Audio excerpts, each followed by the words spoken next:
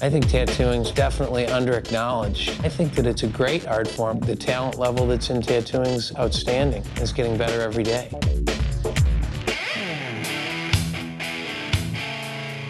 Tattoo, to me, is a process of bonding with a client and bringing out the best in them, bringing out the best in me on that particular occasion. Tom's work attracted me because of the photorealistic quality of it. There are other people that do this type of stuff, but nobody quite has the eye like Tom. I think the thing that makes it stand out the most is he just captures the realism.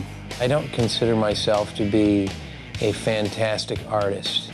My forte is replication, so I think I kind of fell into that naturally. If I look back at some of my old art and school projects, a lot of them are, animal and human replication. So maybe I was preparing all that time and didn't know it.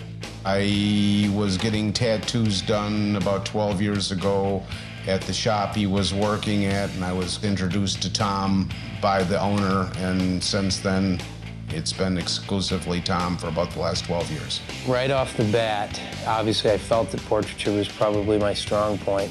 Tom's stuff does not only capture the true quality of the photograph that he uses for study, but it actually makes it a little better. The style of portrait tattooing it's an intimate style. It's an intimate act of tattoo. People seek me out for a portrait. They've got a lot of emotion wrapped up in it. Often, literally, I can see people from the first time I've met them, and I'll find that there's a big weight on their shoulders, and particularly when you're talking about the loss of a loved one. Part of what I want to give them is a great tattoo, and part of what I want to give them is an opportunity to have a positive spin on something that's been very painful. The tattoo I'm getting done today from Tom is a portrait of my daughter, so it's going to mean a lot to me, more so than any other tattoo I could probably ever get. I can always look down and she'll always be with me this way, so it's kind of cool. I let photos choose me. As I'm looking through a stack of photos, generally, one will jump out, literally asking to be done. And that just means everything's right for it to be tattooed. In portraiture, it's a very soft, delicate style.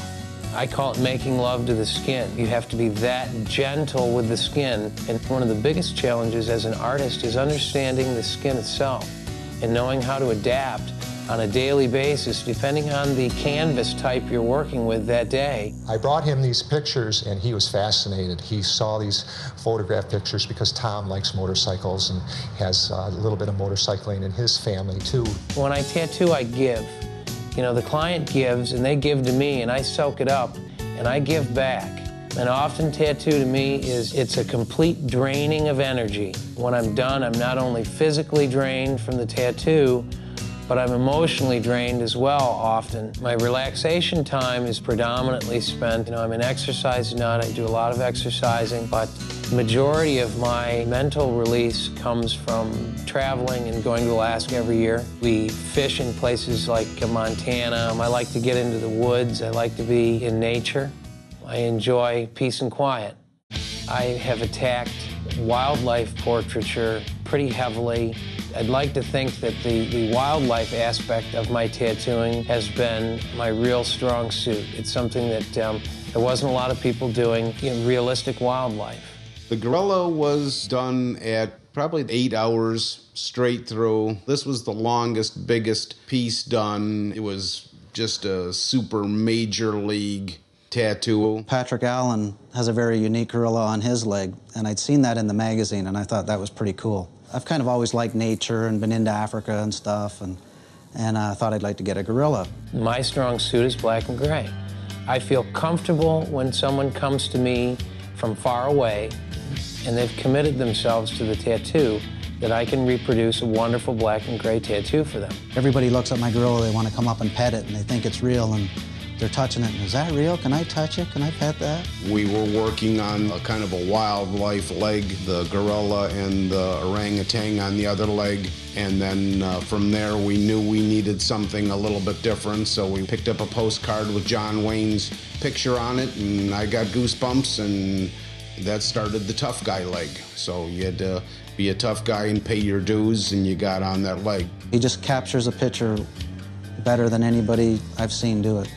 His work's amazing in that sense. It just brings realism to it. Can you imagine asking a painter to paint a picture and tell him that his canvas was going to change throughout the course of his picture, and that if he made a mistake on his canvas, you can't go back and fix it? That's a whole lot more intense style of art.